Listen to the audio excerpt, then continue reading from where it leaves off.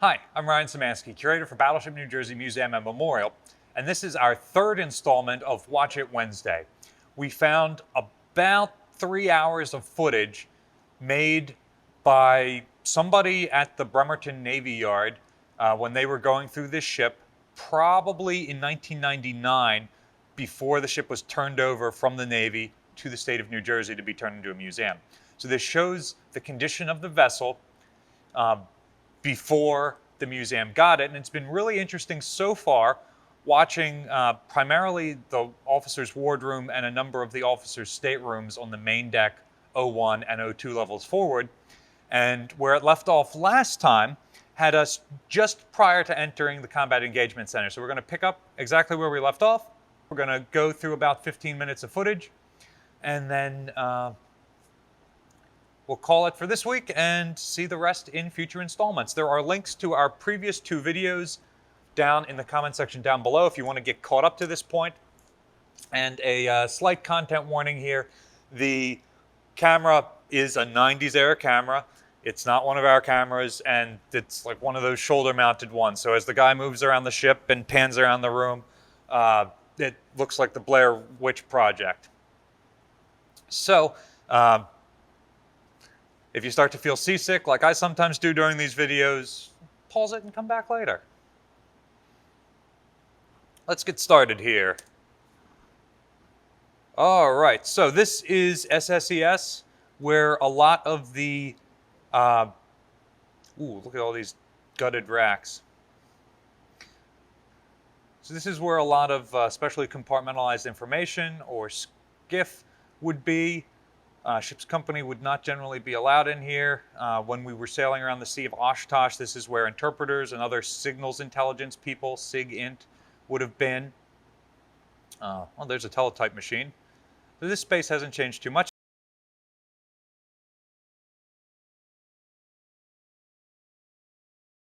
And here's the Combat Engagement Center itself, with just hard cut in here. We're at the aft bulkhead looking outboard on the port side right now. The air search radar there is gone. Or excuse me, the surface search set is gone. The air search set is there. We've got no ECM gear. We've got no phalanx equipment. That should all be to the left. Even the status boards are possibly missing. Behind the wall here, where the guy who would write backwards on the status board was, are some safes and some other equipment. That seems to be here still. There's a shredder, shredding documents, like turns them into atoms, basically. It's the best shredder I've ever used. All right, here we are now looking to the starboard side. There's the tape recorder at the forward bulkhead. Our air traffic control station with two air search sets here are both intact. So those were here when we got the ship. There's our Dead Reckoning tracer.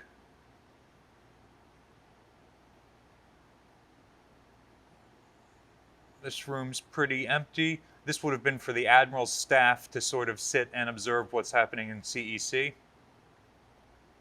All right, all of the Tomahawk consoles are gone, but the two Harpoon consoles there against the back bulkhead are still there, so that's interesting to see.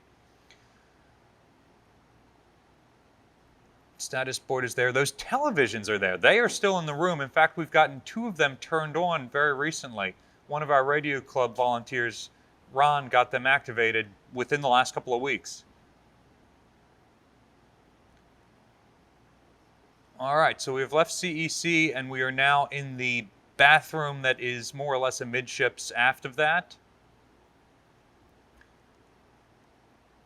Don't give me any hate in the comment section for calling it a bathroom and not a head. I'm trying to use inclusive language here for folks who don't know Navy terminology. Again, the commodes are all removed. That opens up the plumbing for ventilation so water doesn't sit there and corrode. The plumbing tends to rot out a lot faster than the hull of the ship. It's just mild steel. It's constantly getting wet. It can't be painted in there. We still have issues with the plumbing today. That looks like somebody did hot work in the overhead.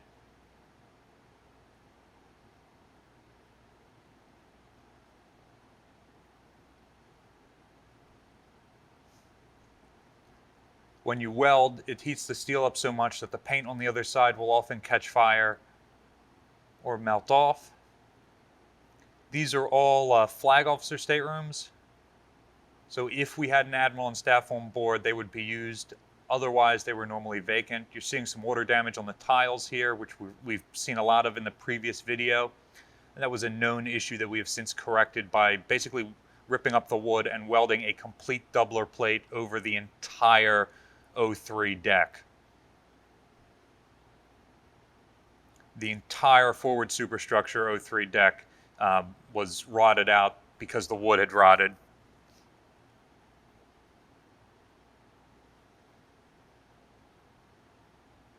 You see the reflective tape arrows that were installed while she was in mothballs? Those do their job really well. Always point to the nearest exit in case you get lost on one of these ships. And he's looking for where that water damage is coming from.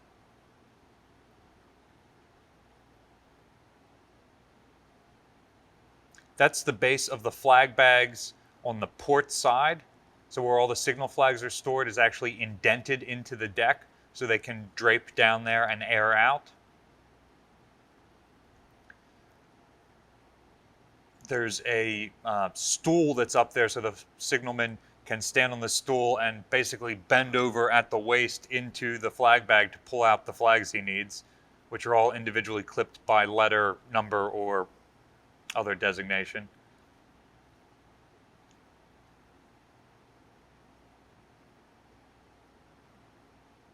Lots of water damage here.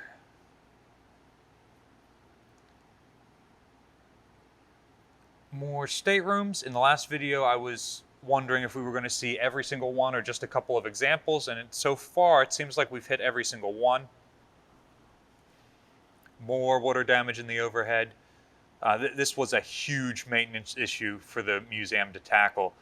Most of these rooms, even though they're no longer leaking, have not been restored just because of how badly damaged they were when we got the ship.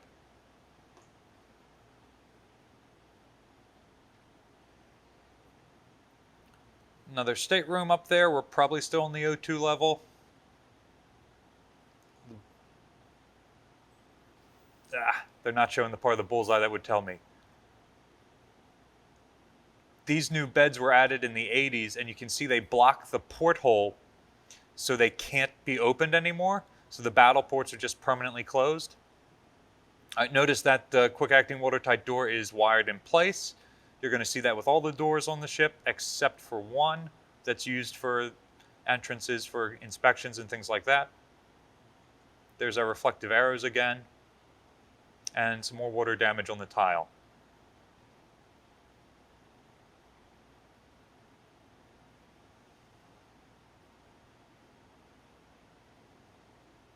We've made it up to the O3 level now. I'm not familiar with this storage compartment.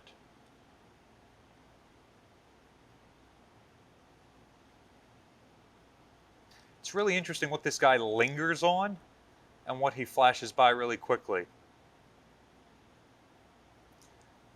Okay, we've got an exterior door there, some air conditioning equipment, so this is probably some sort of equipment room.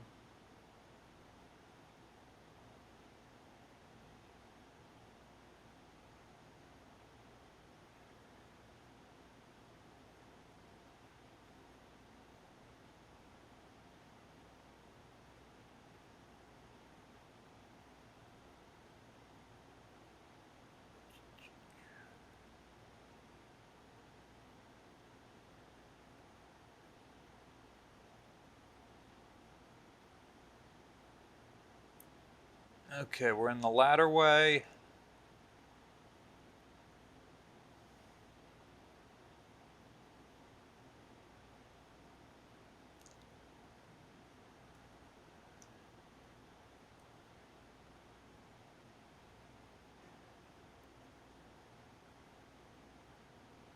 Not familiar with this office either. But again, you can see all the drawers are wired shut.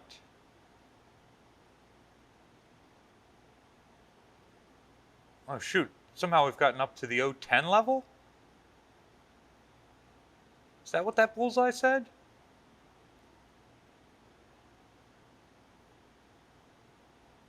There's some weird hard cuts where we jump around. You can see some equipment was removed there.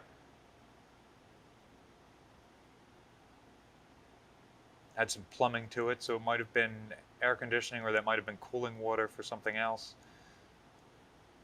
Could have even been a water fountain, but probably not this high up. The O10 level is where all of our electronics countermeasures equipment was installed, and that's some of what the Navy stripped out. Slick 32 is still in use on modern ships, so they certainly couldn't leave it, and it made sense for them to take it. And I bet you it was reinstalled on another ship that was being built in the 90s. Built or modernized. It looks like a radar waveguide that's been taken apart and left on the deck. That is not still there, so I don't know if we threw it in a closet or if we reinstalled it. I believe we're on the O9 level now. Interesting. The paint in there is still intact. Nowadays, it's pretty much popped off. Yeah, that bullseye just confirmed that we're on the O9 level.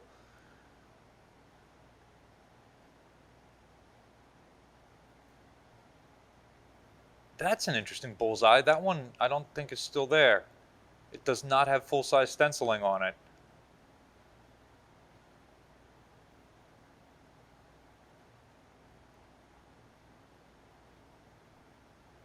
There's a radar waveguide that's installed.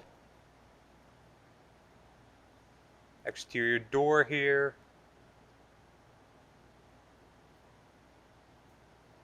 All right, we are on the O8 level. This is the primary con. Notice that the wheel has been removed. We're looking at the starboard side now with the chart house. This is the chart house here. This hasn't changed at all.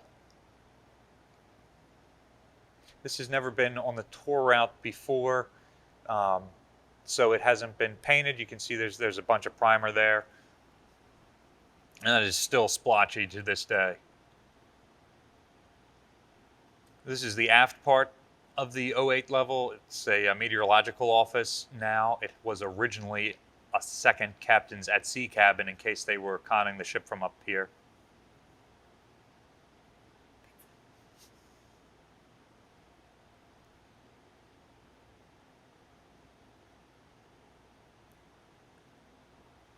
We've hard cut to one of the air conditioning spaces up in the superstructure.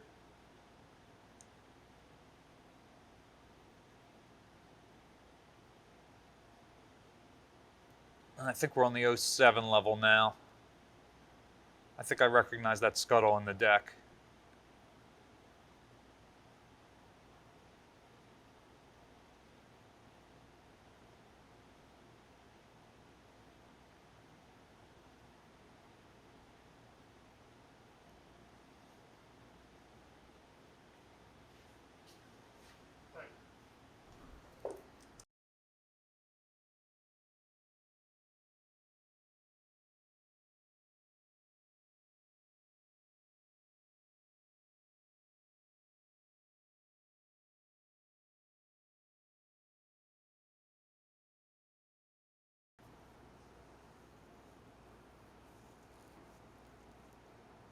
Okay, we're on the O6 level now. We're in the officer's head that's forward. Now we're looking in one of the officer's staterooms. Notice the desk phone was taken off and put on the bed. No idea why. This is the other stateroom on the other side there. These are the highest staterooms in the superstructure, and they still have their World War II equipment. They were never converted over.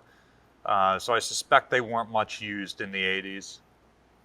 This is the other side of the bathroom on the forward end. And then we'll probably start heading down. Yep. Oh, shoot. I think we just saw the radar antenna in the radar equipment room. Just sitting on the deck like they moved it in through that exterior door. I think that's the surface search radar, I think it's an SPS-10, that would be on the forward part of the lattice mast. So the antennas are often uninstalled and stored on the deck when the ship is in mothballs, but that one was somehow trucked inside. That equipment room there on the O5 level, of course, is completely gutted, except for one control box, which we were able to use to get the SPS-49 rotating. There's a SPS-49 radar room. Now we got an office here. I'm not quite sure where. Nice Carolina blue color, and here's another head. Oh, this is the captain's at sea cabin. Okay, so that office is the one in the chart house, which is still painted blue. That makes sense. I'm not sure what that board is against the outboard bulkhead. The couch there, of course, folds into a bed when the captain sleeps up here.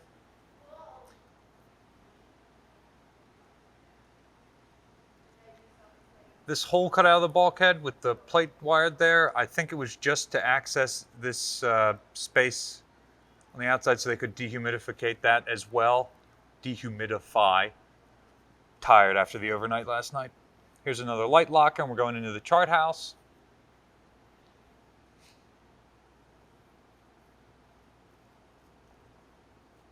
The equipment in here looks largely intact so far, so it looks like we didn't have to strip too much of that. There's the chart table. And here we are in the bridge. Look at how they have covered up all of the windows. Those do not normally have covers, but when mothballed, they always cover the windows so you don't have UV light coming through and damaging the space.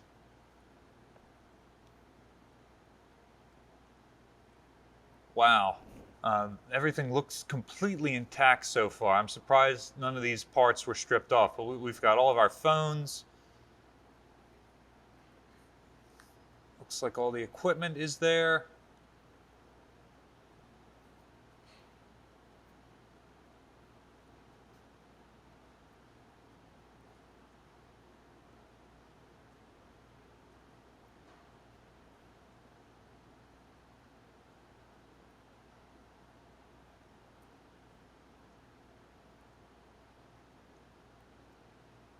Okay, there is a surface search radar set missing from there. It's interesting that the air search sets are still here and the surface search sets are gone. I'm impressed with the condition of the paint. The conning tower being a big metal box on the outside of the ship, we have a heck of a time keeping it painted. But that's not what we're seeing here.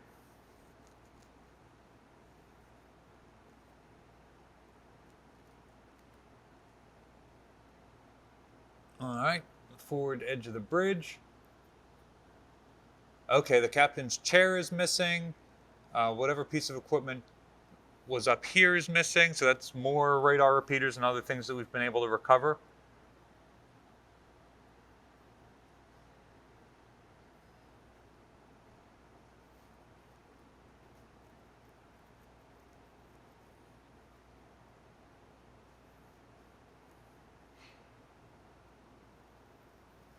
All right, now we are looking exterior. There's the saluting gun on the O1 level.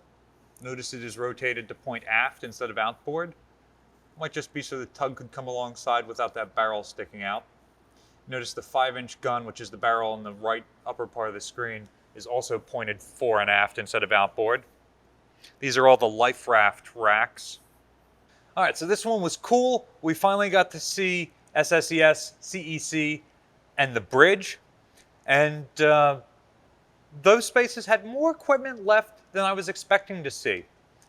I'm very excited for the future to see them get down into some storerooms in the hull to see what's filled with stuff and what isn't.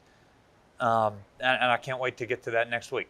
So remember, if this is the first one you're seeing, we've got 2 other editions in the description below. Check those out. Be sure to let us know what spaces you're most interested in seeing next in the comments section down below. We're just going through this tape linearly and Wherever they jump around to is where we jump around to. Battleship New Jersey receives operating support from the New Jersey Department of State, also from a number of other businesses and private individuals like yourselves. We really appreciate your support. There's a link in the description if you'd like to donate and continue to support the museum so that our videos look better than this 90s footage that we're looking at. You can also support the museum by liking, sharing, and subscribing so more people find out about us and our channel. Thanks for watching.